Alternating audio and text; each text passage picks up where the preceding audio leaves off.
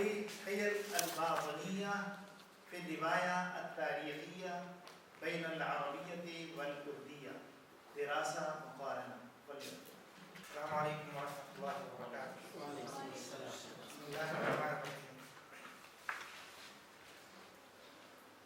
حقيقة كانت الرواية التاريخية هي أول الروائيون العرب والهنود في اللغة الكردية بدأوا بداية بالقصص التاريخية وخاصة القصص الإسلامية، وكان من أشهر الروائيين الهنود وأقدمهم هو الأستاذ عبد الحليم شرف.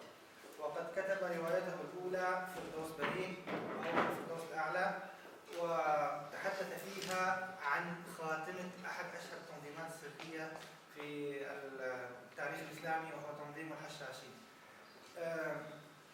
شكلت الحيلة في هذه الرواية بيضة القضبان، يعني القصة لكي يظهر هذه الحيلة.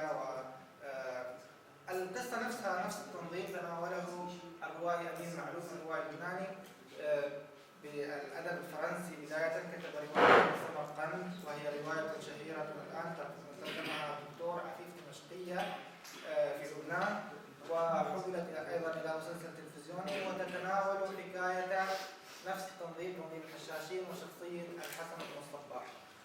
فأجريت مقارنة بين هاتين الروايتين لأرى هل تأثر أمين معلوف الذي كتب الرواية في عام 1988 بالأديب الهندي عبد الحليم شرر الذي كتب الرواية في عام 1899 قبل 100 سنة تقريبا.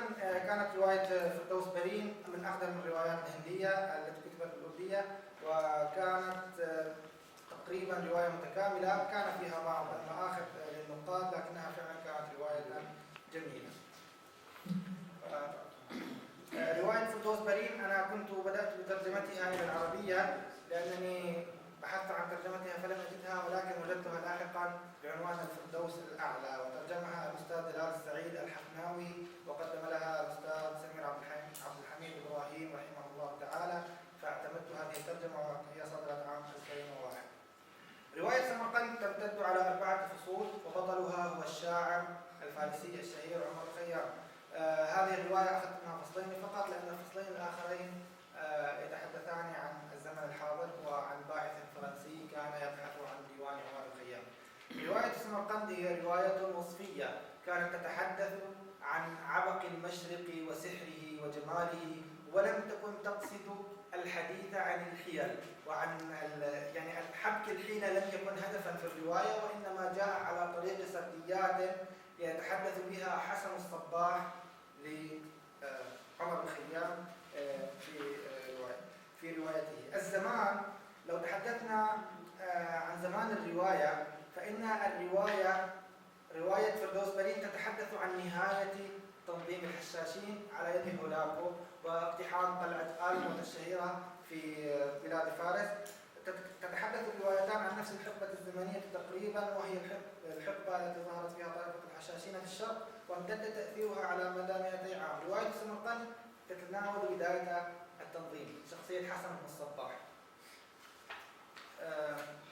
تأثر رواية سمرقند برواية فردوس برين واضح، إذ حاول المؤلف أن يتحدث عن بداية القصة التي حكت الرواية الكردية ونهايتها، ويصور الكاتب كيف بدأت هذه الطائفة معتمدا اعتمادا كبيرا على الأفكار الواردة في رواية فردوس برين. والمكان تنتقل الروايتان على حيز جغرافي متقارب، ولكن تختلف مواطن الأحداث الرئيسية. الأماكن المتشابهة في الروايتين هي قلعة آلموت وهي معقل الحشاشين. قلعة آلموت في جبال ألبرز هي أهم مكان يجمع بين الروايتين، فهو المكان الذي سطع عليه حسن الصباح في رواية سمرقند، وأسس فيه قلعته الحصينة التي هاجم منها الدولة السلجوقية، وبدأ فيها ببناء فردوسه المزيف الذي يخدع فيه أتباعه ورعاء السوق يجندهم لخدمة مخططاته. وصفت رواية سمرقند كيف سطع حسن الصباح على هذه القلعة، لم تكن حيلة ضخمة، وإنما أجبر صاحب القلعة أن يبيعها له ب300,000 دينار. في رواية سمرقند لم يصف القلعة وصفا خياليا كما وصفها عبد الحليم شرف في رواية فردوس برين، بل وصفها وصفا جغرافيا. قال أنها حصن فوق صخرة على ارتفاع ارتفاع 6000 قدم تحيط به جبال جرداء وبحيرات منسية ومناطق جبلية.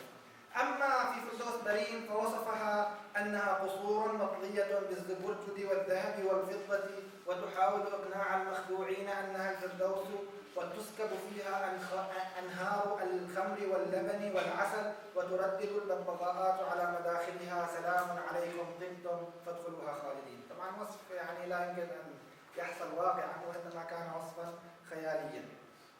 فهي المكان الذي يلتقي فيه حسين، أو كان يحلم فيه حسين أن يلتقي بحبيبته زمرد، وكان يظنها الفردوس الأعلى، لأنه كان إذا نقل من العالم الإنسي إلى العالم النوراني كان يسقى الخمر فيظن نفسه أنه مات. المكان الثاني الذي كان مشتركا بين الروايتين هي أصفهان، وكانت ميدانا رئيسيا للأحداث، فهي معقل ملك شاه ملك السلاجقة، وهي كانت أيضا موضعا رئيسيا انتقل فيه حسين بطل رواية فردوس برين لينفذ جرائمه، وفيها التقى بكاظم الجنوبي وهو أحد أشهر عناصر التنظيم في الرواية. الأماكن المختلفة كانت سمرقند، ويعادلها في رواية فردوس برين حلب كانت معقل علي وجودي هو زعيم الطائفة الذي كان في وقتها يمثل حسن الصباح في رواية سمرقند، وكانت هناك أماكن أخرى. الأشخاص كلا الروائيين اتخذوا نفس الأزواج من الأشخاص. هذا اتخذ شخصية حسين وزمرد، وهما شخصيتان خياليتان، وكانا ضحية للحشاشين، تعاونوا معهم بطريقة أو بأخرى. حسين يعني غدر به، وزمرد كانت تعرف لكنها مجبرة وكانت امرأة وخطفت. وعمر الخيام وجيهان في رواية سمرقند أيضا هما حبيبان وتعاونا مع الحشاشين، لكن باعتبار أن عمر الخيام كان رجلا لا يهمه أي مبدأ، يؤمن بأن يتكلم أي كلام، كان رجلا يعني رماديا لم يكن له موقف ثابت، كان فيلسوفا. وجيهان كانت محظية وتريد أن تحافظ على مكتسباتها فتعاونت مع الحشاشين. اختار عبد الحليم شرر بطلا افتراضيا لروايته لأن مدار الرواية على الحبكة التي دارت في عقل الكاتب، بينما عمر الخيام كان شخصية مشهورة ومعروف، فلا يمكن للكاتب أن يفتري عليه أو يضع أحداث ليست موجودة. علي وجودي وحسن الصباح هما أهم شخصيتين في تركيب الحبكة في الرواية، لأنهما هما اللذان كانا يحبكان الحيلة. علي وجودي هو الذي كان يصير كل الحيلة التي ركزت عليها حبكة الروايتين، وحسن الصباح كان يسرد حيله سردا، ولم يكن ذكاؤه متناسبا مع مستوى الحوار في رواية سمرقند. الحبكة ونسج الحيلة تحدثنا عنها، وهي مطبوعة إن شاء الله سترونها، كيف أن رواية فردوس برين ركزت على الحيلة وأظهرت كثيرا من الحيل سردتها عبر الرواية، وكانت كلها حيل متشابكة ومترابطة. وفي آخر الرواية عندما انهارت الفكرة، عندما أدرك حسين أن هذا ليس الفردوس الأعلى وأنه كان مخدوعا، انهارت هذه الحيل جملة واحدة. أما في سمرقند فكانت الحيل يعني ساذجة وسطحية. التأثير والتأثر كلا الروايتين متأثرتان ببعضهما، لأن ترى أن فعلا معروف كان يريد أن ينقض الأفكار التي جاءت في فردوس برين، كان يريد أن يبطلها، أن يرد عليها، وكان يشير لها إشارات تاريخية بعيدة عن السرد الروائي، وكأنه يكتب مجلدا تاريخيا. فمثلا جعل عمر الخيام وجيهان نظيران لحسين وزمرد، جعل بلغران خاتون نظيرة لتركان خاتون، جعل سمرقند نظيرة لحلب، وهكذا.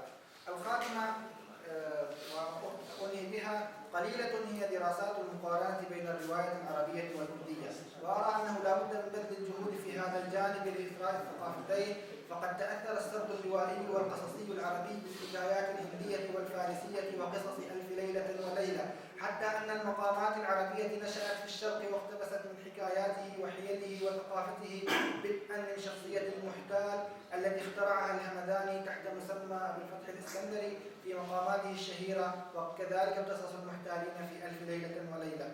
لا شك أن الأدب العربي والأردي آداب غنية تتجه نحو النضج، وبينهما تأثر ببعضهما لا يخفى، ويظل المجال واسعا لتتبع آثار هذه العلاقة بين الأدبين اللذين يستقيان من المنابع نفسها. السلام عليكم.